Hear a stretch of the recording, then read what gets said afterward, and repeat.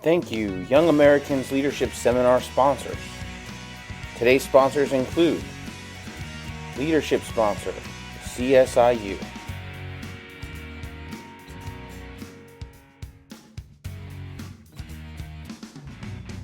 Strategic sponsor, Service First Federal Credit Union. Executive sponsor, Geisinger.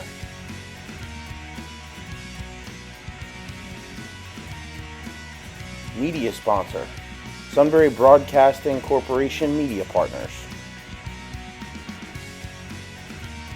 And media sponsor, Stone State Entertainment. Thank you, Young Americans Leadership Seminar sponsor. Hello, I'm Ed Moyer, Assistant Vice President of the Shamokin Dam and Sunbury Markets of Service First Federal Credit Union and Chairperson of the Young Americans Committee here at the Greater Susquehanna Valley Chamber of Commerce. Congratulations. As a young American, you've been recognized for your outstanding accomplishments as a student in both your academic and extracurricular activities. It is a great honor to be chosen for this prestigious program, as it is the only program of its kind in the Susquehanna Valley. Dating back to the 1960s, over 2,600 students have been chosen as a Young American. Our program is designed to complement your accomplishments thus far as you transition into your future of post-secondary education, the military, or the workforce. We hope you enjoy this leadership seminar. Now I would like to turn it over to Bob Garrett. Bob?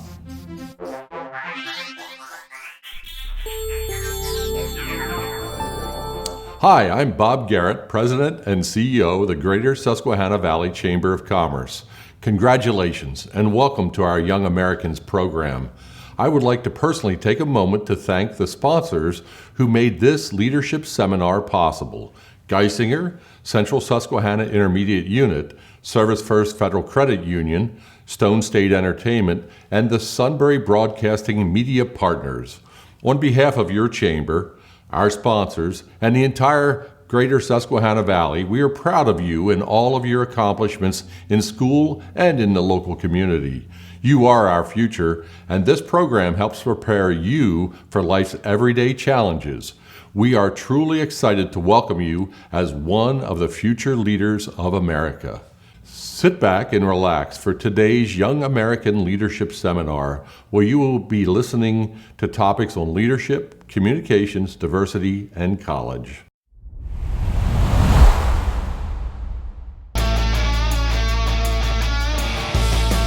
Hi, I'm Kendra Aucker, President and CEO of Evangelical Community Hospital. Hi, my name is Loni Mariz-Briner, and I'm the Public Relations and Media Manager for the North Shore Railroad Company and affiliates. Hi, my name is Paige, and I'm a Development Manager at Contrast, a leading provider of IT, video surveillance, and phone systems in Central PA and Northeastern PA. Greetings. My name is Ryan McNally, and I am the Director of the Miller Center and Community Health Initiatives at Evangelical Community Hospital.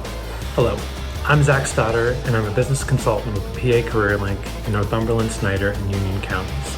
Hi, I'm Ryan Aucker, and I am a Young American. Hi, I'm Kendra Aucker, President and CEO of Evangelical Community Hospital. I am a Young American, Seals Grove Area High School. To me, the most important aspect of leadership is integrity. Your words and your actions must match. Integrity builds trust. Integrity builds accountability. You have to do what you say you're going to do, and if you can't, you have to explain why not. You have to follow through. Integrity results in a solid reputation, not just an image. Image is what people think you are. Integrity is what you really are, who you really are. Integrity means living it yourself before leading others. You walk the walk. Integrity helps you be credible. Each of us is eventually recognized for who we are, not what we appear to be. Integrity is a hard-won achievement. It's a result of self-discipline, inner trust, and a decision to be relentlessly honest in all situations in our life. It's hard. You have to be willing to have tough conversations with people. As you aspire to lead others, I would say, have a vision. Leaders know where they are going and are able to persuade others to follow. Have a passion for what you do. I love healthcare, and I believe in what we do here at Evangelical. I believe in leaving something better than you found it. And if you are unsure about vision and a passion, find a colleague or a mentor, someone you can talk to, seek advice from, or even laugh with. Have self-discipline. Organize your life and set priorities. Welcome responsibility. Listen, become a really good listener. What most people really want is to be listened to, respected, and understood. Be a good communicator. You can do well in most anything if you can speak well and you can write well. Be curious and eager to learn new things. Step out of your comfort zone. This is how you grow. Challenge yourself. But remember that what leadership is really about is developing people. The person who develops better people to work is a leader. Figure out what motivates people and give back to others. Find a way to help others. Create empathy for people. It seems at times there can be such ugliness in the world. It's not necessary. It's the differences and diversity of each person that makes our world so interesting. So I suggest you surround yourself always with people who bring different perspectives, thoughts, and experiences. And just remember that the qualities of leadership may not come easy, but it's like flexing a muscle. The more you do it, the easier it becomes. Thank you. Hi, I'm Ryan Unger, and I am a young American. In the words of the chamber person who reached out to me, I'm a young American from way back when, in 1997, where I was a proud graduate of Shikellamy High School. I lived outside Sunbury in the same home where my parents still live today. I spent the first 10 years of my career after college working in economic and community development with organizations like the Greater Susquehanna Valley Chamber of Commerce. And for the last 10 years, I've lived here in Harrisburg and work for the state's public-private partnership, Team Pennsylvania, where I'm currently the president and CEO. And I've been asked to talk to you today about what leadership means to me. And I think we've all had a chance in the past year to reflect on leadership, what it is and what it is not. What it's not, in my eyes, is being the loudest, the most forceful, grabbing attention and assertiveness. I think it requires patience and it requires empathy. You need to be transparent with people, and you need to be honest with people, and you need to be courageous. And you can't be courageous without first being vulnerable. I've had a chance to read a lot this past year. Brene Brown's an author that I enjoy, and she talks about how you can't have a courageous act if you're not first being vulnerable with your colleagues, your direct reports, your teammates. And when I think about individuals that I've enjoyed working with, that I felt were good leaders, I feel that they all worked as a collective team together, and we were peers together, attempting to row that boat, drive that bus, whatever metaphor you want to use, to move forward. And I tell our team that I believe strongly in words and the power of the pronoun. And you'll hopefully not hear me say a lot that I did this and I accomplished this. And it is always, we did this together, this was accomplished. And I think that's really important to instill in folks and individuals you get a chance to work with, that we're all in this together, we're all equals, and we need to work together as much as possible if we really want to accomplish great things. And as young Americans, there's going to be an expectation of you to do that. And congratulations on being recognized by your peers and by your teachers and administrators and the business community in the Greater Susquehanna Valley. Again, I'm Ryan Unger, and I'm a young American. Thanks. Hi, my name is Loni Mariz-Briner, and I'm the Public Relations and Media Manager for the North Shore Railroad Company and affiliates. And I am a young American. What is a leader? A leader is somebody who you can trust. They are fair, they are honest, they are humble, they do not take pride in situations. Instead, they will take pride in their teams. And most of all, they're a team player. They work together, they know it's not all about them. They rely on other people and trust in other people. And being a leader isn't necessarily about a position or a title, but it's an opportunity. It's a privilege to be able to serve with other people, for other people, alongside other people. And so that is my 2 cents about leadership. Thank you. Hello, I'm Zach Stotter, and I'm a business consultant with the PA CareerLink in Northumberland, Snyder, and Union counties. I am a young American from the class of 2003. I was asked to speak about what leadership means to me, which is a difficult question to answer in a short time, but I will do my best. Leadership comes in many forms, but to me it is characterized by the ability to influence others. The leaders that I have found to be most influential are those who lead with higher purpose. They were able to inspire those around them, and from that inspiration comes much greater change. Leaders also realize that the ability they have to affect change is dependent on others. If asked to think of examples of leadership, we most often remember figureheads who inspire entire movements of people to be a force for change. I think of individuals like Martin Luther King Jr., Gandhi, Susan B. Anthony, and Harvey Milk. These leaders are all known more for the movements they represented and inspired than for their individual accomplishments. As a father, leadership has taken on new meaning to me. Leadership as a parent means conducting myself in a way that my children will grow to have admiration for, that they will be inspired and motivated to be kind and compassionate, that they will understand that there is right and wrong, but have the discernment and grace to know that people make mistakes, and that sometimes even their own way of thinking may be what needs to change. Finally, what I hope my children learn from my example is selflessness. You obviously need to take care of yourself in order to be healthy and balanced, but if I take more than I give, have I made the world better for my kids or for you? Leadership should create improvement. As a leader in the workplace, I try to be someone who is not only results, but also mission-driven. I believe in identifying goals and getting buy-in from my team. Although not every task or project seems inspiring, I strive to instill a sense of purpose in everything we do. It's not always the easiest feeling to convey, but if I am unable to be passionate about a project, I can hardly expect it from those that I lead. Additionally, even those small, seemingly unimportant tasks are important to someone. Just showing that you are reliable is important. There's a popular saying that goes, "It's not what you know, but who you know." I believe that the better phrase would be, "It's not who you know, but who knows you." If others are willing to speak for your character and help your cause because of it, I believe that makes you an effective leader. As a leader, I believe that values are critical, as is trust. A leader's values should be obvious and their motives trustworthy. If you were to Google leadership author, one of the first results you will find will be John Maxwell. So I would like to close with this very fitting quote from him. "Character makes trust possible, and trust is the foundation of leadership." Thank you for your time. Congratulations on this acknowledgement, and good luck to you all.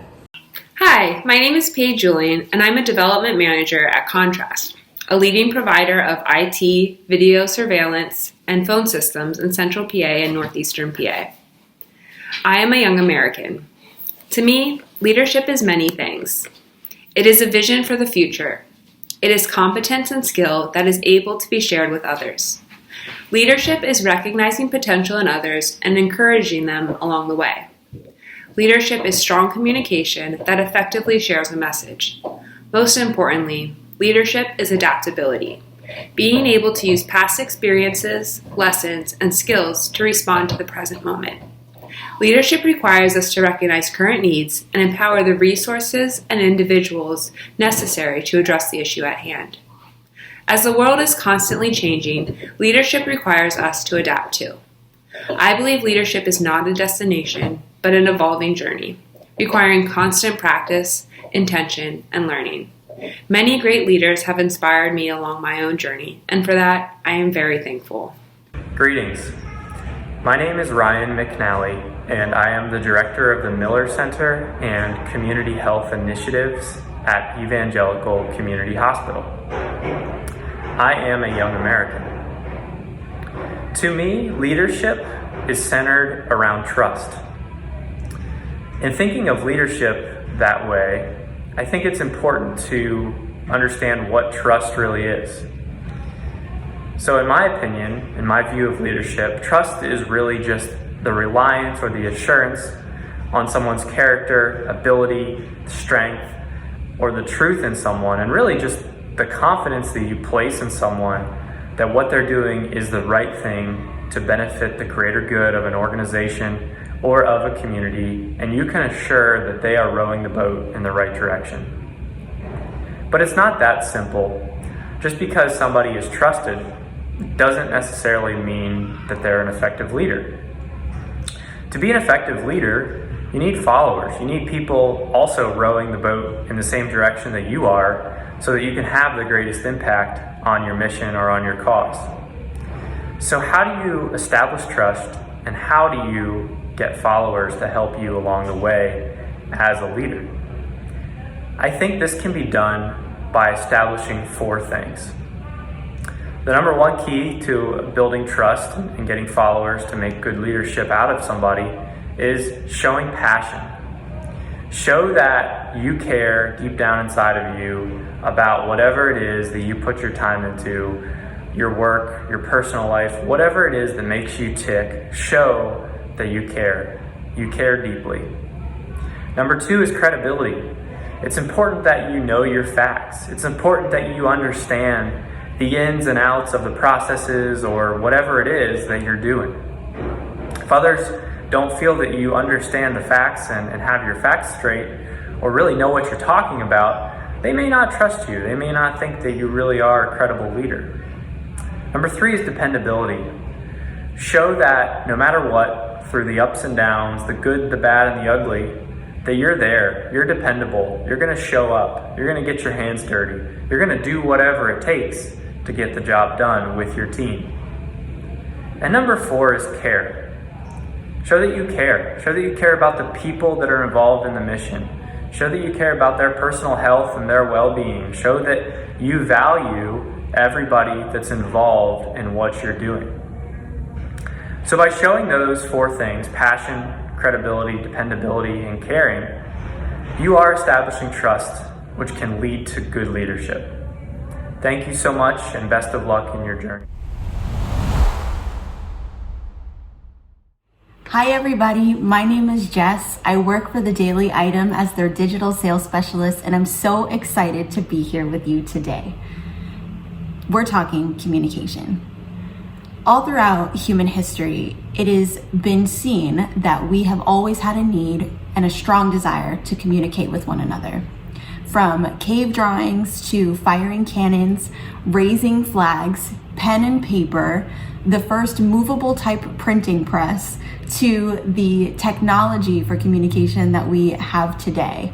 So desktops, laptops, mobile phones, tablets, fully automated homes. How many of us have an Alexa in our house? In my home, we have 6. To put it simply, everything is digital and knowledge has never been more powerful.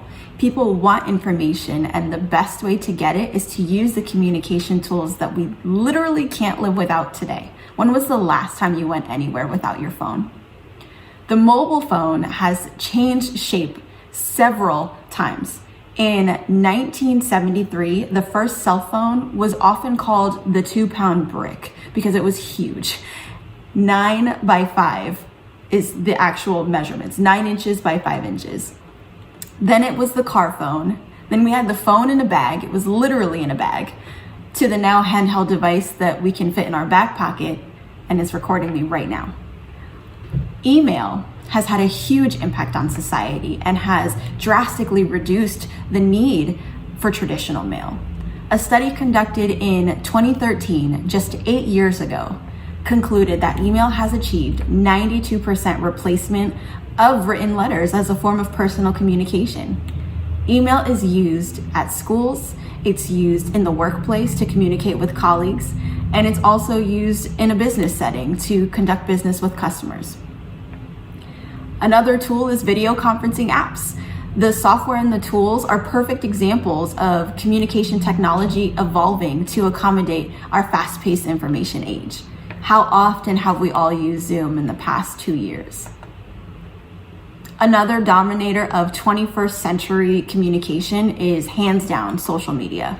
Social media has helped people to connect, to share content using different platforms like the ones that we all know: Facebook, Instagram, Snapchat, TikTok, Twitter, there's so many, and they have all provided users with the ability to share mass and personal information. They help me, a person in marketing, to find businesses their ideal audience by using specific methods of targeting. So the things that you see online are not coincidental at all. Apps are another billion-dollar industry. They have helped to condense websites, make them smaller, make them more mobile friendly.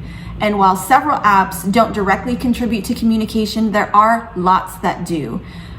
News outlets like the Daily Item, social media sites, and even search engines like Google have provided all of their users with apps to allow for more mobile-friendly communication.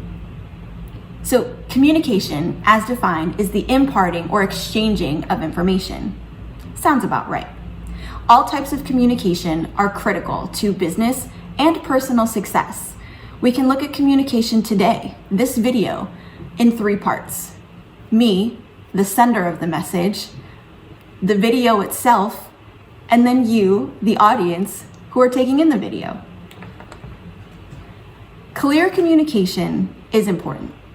It helps to improve efficiency in all activities, reduce the frustration that can come from a misunderstanding, and it promotes clear and constructive thinking.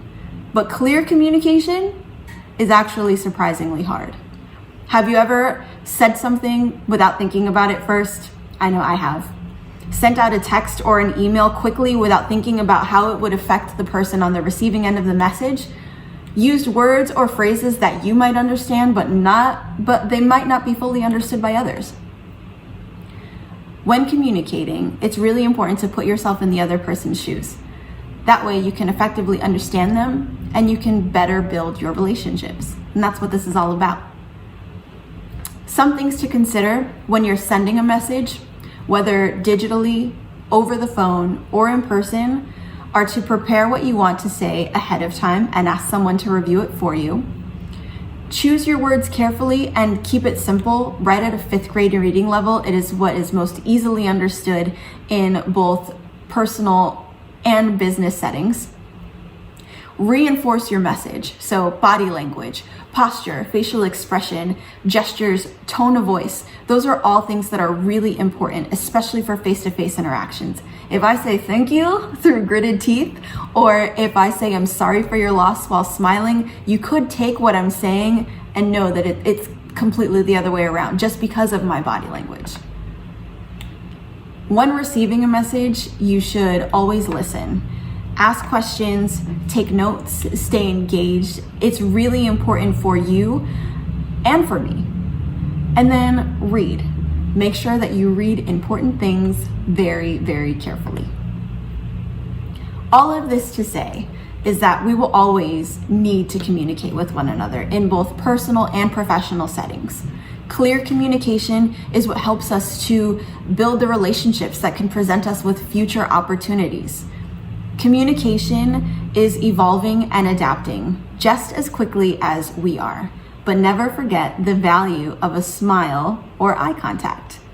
We might not be able to shake hands now, but a fist bump or an elbow bump works really well too. Thank you so much, and I hope you have a great rest of your day.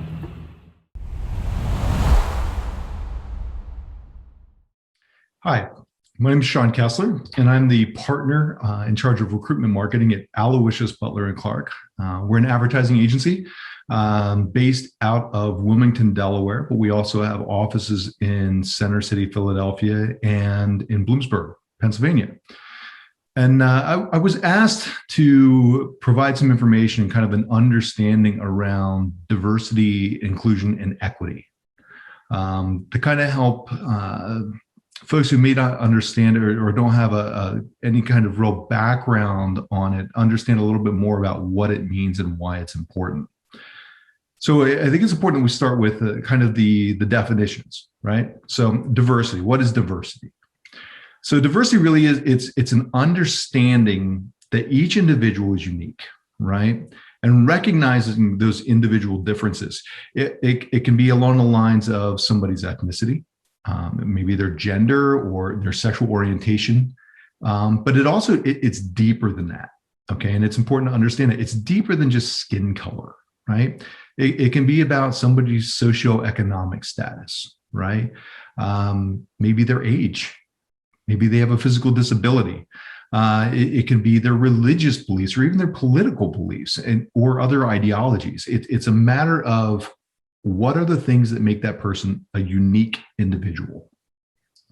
So if we were to abbreviate this, it's really a matter of what are the things that provide that person with their unique perspective, their life experiences. That's diversity. Okay. Inclusion, if we look at what is the definition of inclusion is providing equal access to opportunities and to the resources for everyone, making sure everybody has equal access to those things. This is making sure that everybody, if you will, has a seat at the table when we're trying to solve problems or when we're trying to come up with creative or innovative ideas, making sure that all the individuals are treated fairly and respectfully, that they're all at the table. And then there's equity. And this is one that, a lot of people have heard of diversity and inclusion, but a lot of people haven't thought much about equity. And equity is making sure that each individual's contributions are valued. Okay. It's not good if the individuals sitting at the table don't feel comfortable contributing their ideas or their perspectives because they don't believe they're going to be heard. So equity is making sure that each of those voices that are sitting around the table now have value. All right. And so why does any of this matter? Okay. As a business person or as somebody who's trying to grow their own business, why does any of this matter? Well, the reason it matters is without a diverse and inclusive and equitable team, there's a lot of risk associated with for your business. When teams lack unique perspectives, they're highly susceptible to groupthink.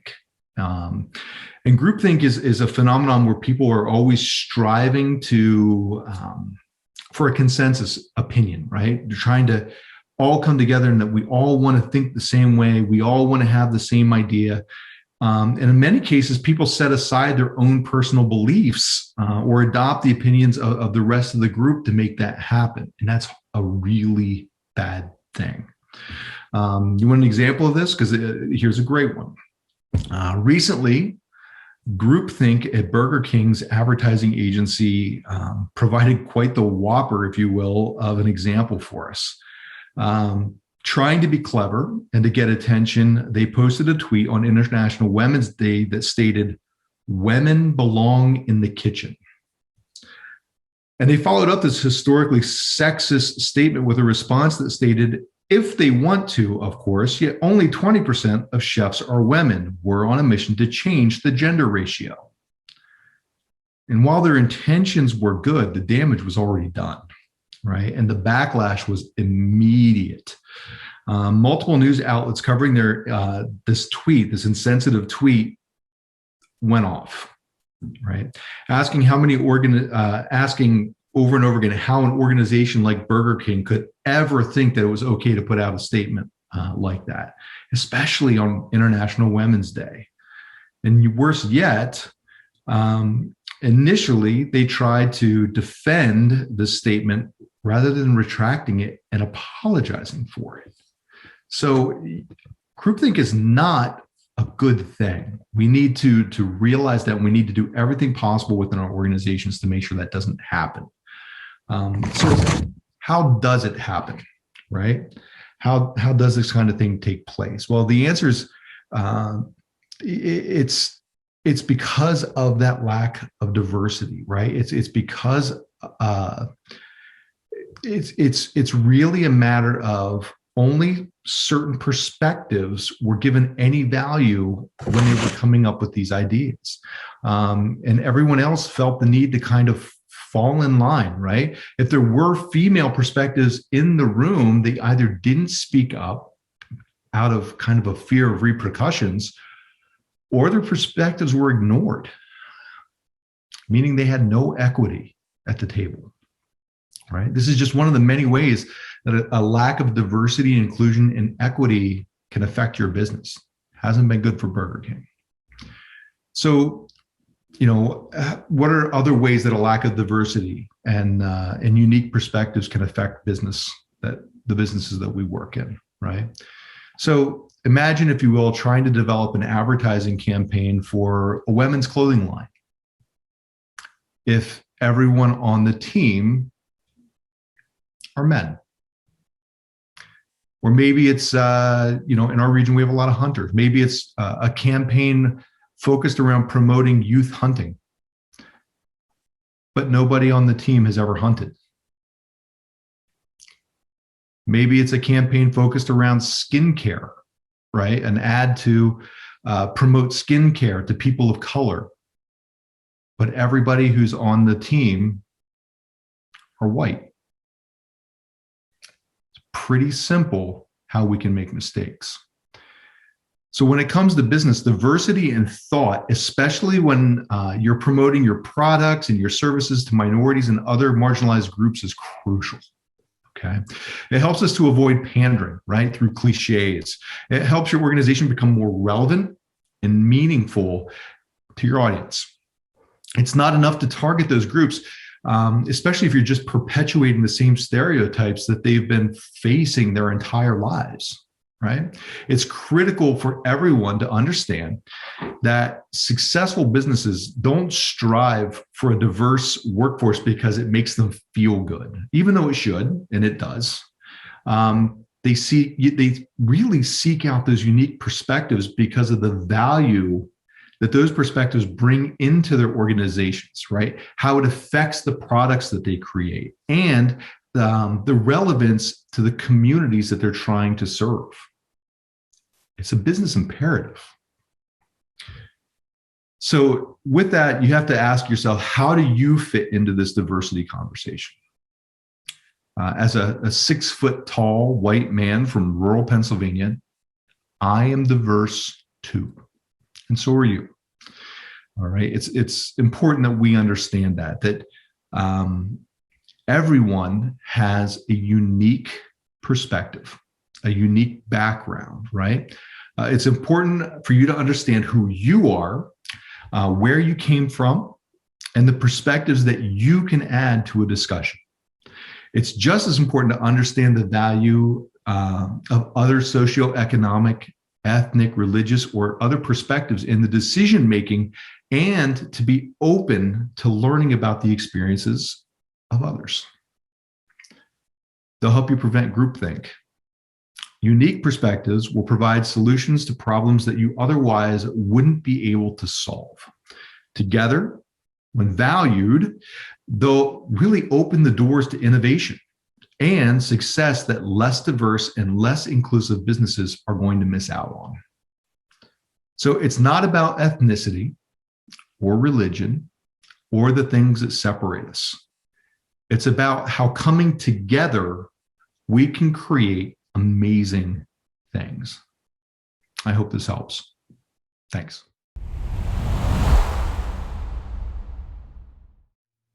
Hi everyone, my name is Rachael Cataldo and I am a senior student at Susquehanna University, majoring in sports media within our communications department.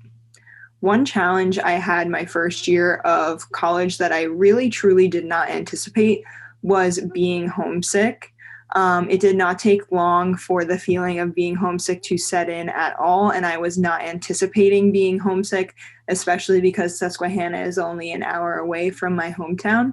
But some advice I would have for students who find themselves in the same position I was don't be afraid to call home, even if it's every day. That actually helped me. I would allot time every day to chat with family members, my parents, my grandparents, my sister, and also some of my friends from home. We would always be FaceTiming and talking about our experiences and different things like that.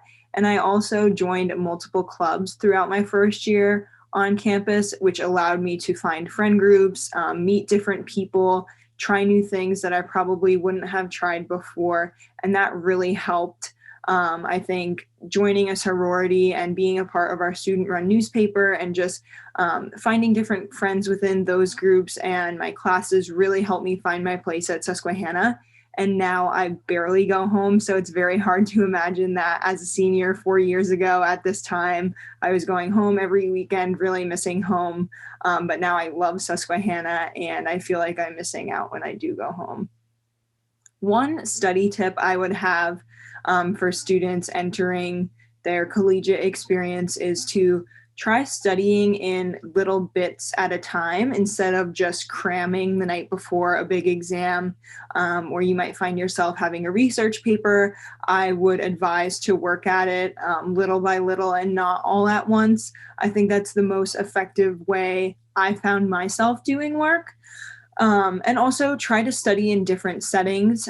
Some people need it to be completely silent when they're studying. Others like the collaboration, like to work with other people and study with other people. Some can only handle a little bit of background noise. So I would advise you to really figure out what setting works best for you. I know for me, I need minimal to no distractions whatsoever. So whenever I need to study or really get an assignment done, I head to a study room or the library by myself to really get my work done. Hello everybody, my name is Tanney. I'm a recent graduate from Bloomsburg University, and I'd like to talk to you about some tips and tricks about before going to college. So one of the questions, you think about is what are some obstacles or challenges you face in your freshman year, what to expect. For me personally, one thing that I had to overcome was sleeping in the same room with somebody. I was put in Aloyal, and I had to sleep with somebody morning and night, and somebody with a late sleep schedule, and I used to go to bed semi-early. So that was one of the obstacles that I faced, trying to come to an understanding of when we're both going to go to bed. That's something you might come to too. Another challenge I faced was the amount of coursework and study material we had to do to prep before an exam. One quick example is my first exam at college, I still remember, was in geography. And I was studying the material like I would in high school, and I didn't expect to know this much material or think I was going to have to write it all out. And I thought, all right, it's multiple choice. But I got to the exam thinking that, and I didn't do so well. That was sort of like the breaker of this is college, is you actually have to study, and it's hard, and it's not like high school anymore. I hope that don't happen to you, but just prepare that, expect that, it's not high school anymore, and with the free time you have, you do have to study and do your homework, or you will fall behind. Another quick question I get asked is, what is a positive experience I had in college? For me, definitely join clubs. Joining a club will help you meet new people, talk to people in class, talk to people in these clubs, talk to people in your dorm rooms, be sociable.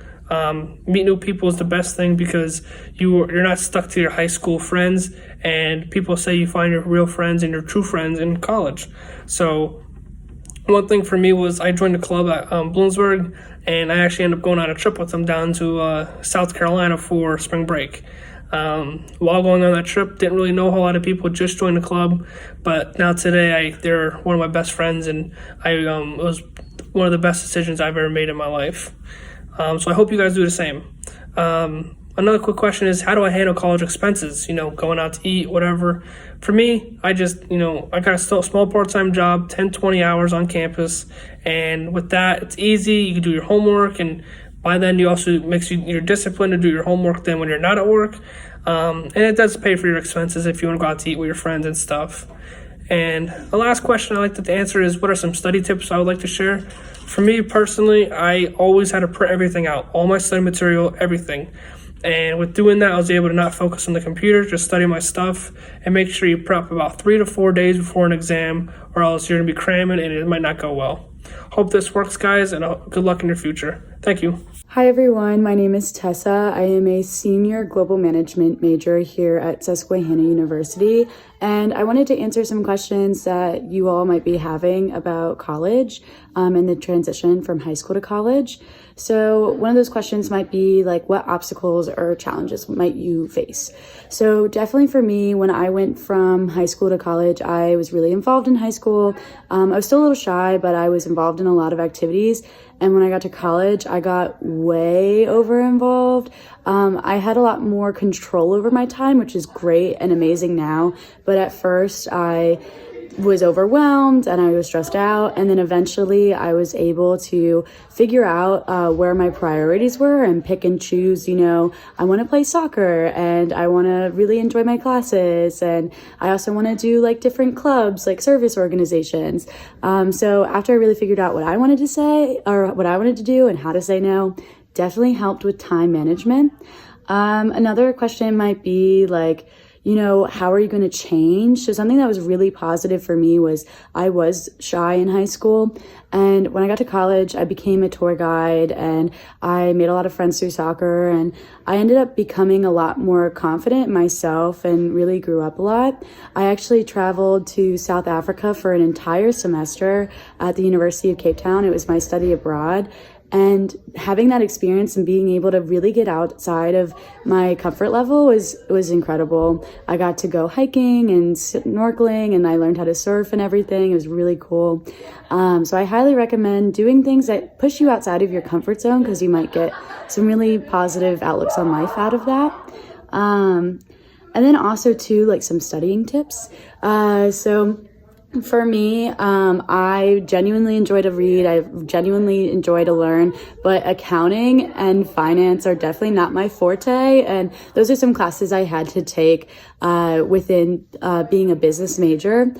So when I did have those more difficult classes, I really talked to my professors. I'm glad I chose a school that has smaller class sizes and we're only 13-1 for student faculty ratio. So I would just sit in the study room outside of my professor's office when I was doing my accounting or finance homework and pop my head in and say hi if I did have any questions, and also utilizing the other students in my class if I was struggling, and utilizing tutors as well. So I guess my biggest study tip is don't be afraid to ask for help. I hope this helped you guys out on some of your questions or anything. But yeah, that's it.